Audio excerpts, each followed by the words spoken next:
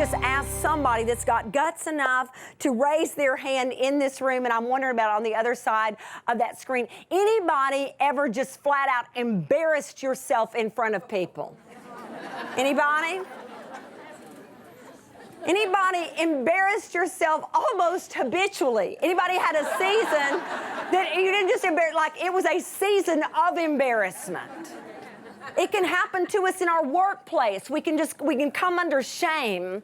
Maybe we've had a demotion at work, been put in a different position. Somebody got that higher instead of us. Something happened where we felt shamed. It can happen in a church. It can happen in any kind of social environment. It can certainly happen in a family, and often does happen in a family where you feel like you have lost your dignity and you cannot get it back.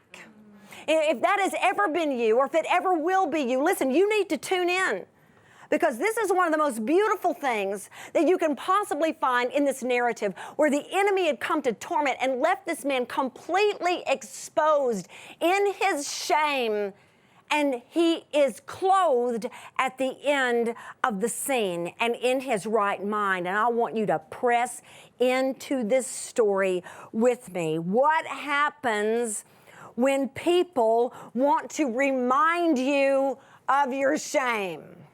How you have exposed your foolishness or your stupidity. Have any of those? Let me tell you something. I have got some friends that are stuck back in my old life. I need somebody.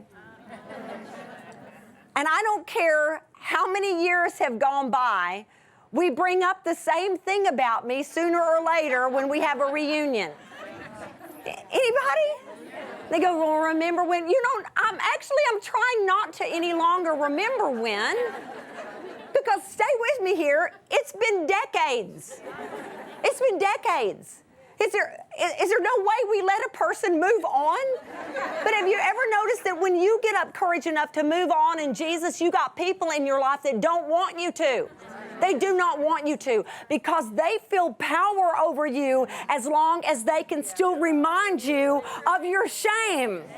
Come on, listen, we're about to get some robes on. I'm tired of it. Anybody else? I'm tired of it. I'm the new me. I'm not the old me. And I get to put on a new robe. Anybody? So you've come to Bible study today to get some new clothes. Some new clothes. I like me some new clothes. Now, look at something. This is what just killed me. Now, I don't know if I'm right about this, but I'm going to throw it out to you because, here we've got it. What do you have up here at the top of the narrative when it says in 27, for a long time, the man had worn no clothes and he had not lived in a house, but among the tombs. He's got a legion of demons.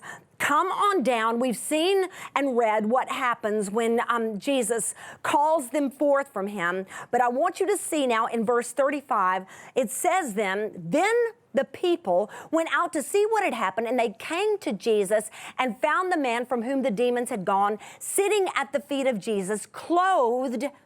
Everybody say clothed. And in his right mind, and they were afraid. Clothed. Okay, now wait a second, because Jesus came to the shore. He gets off of the boat. The man with the legion of demons meets him on the shore. He's been around the tombs. He has gone on no clothes, and now they come out. So he's not gone into town. They come out where he is because they've heard the news. But now he's sitting there in clothes when he's had no clothes. So I ask you today, how did he get him some clothes? How did he get him some clothes?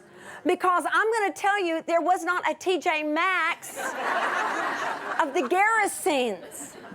There was not a chest of drawers there among the tombs. The man had no clothes. He meets Jesus. He's got him some clothes. How, I ask you, how? And I'm just going to present to you, could it be, just would you hear this out of Isaiah 61:10? I got chill bumps just shooting right up my arms.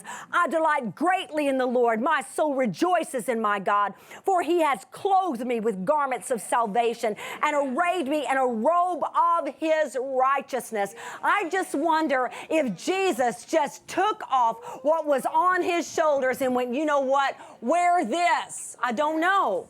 I don't know. He knew what was coming. Maybe he grabbed something extra. But what I'm going to tell you is this. The man had no clothes, and then he was clothed. The only thing that had changed was Jesus Christ.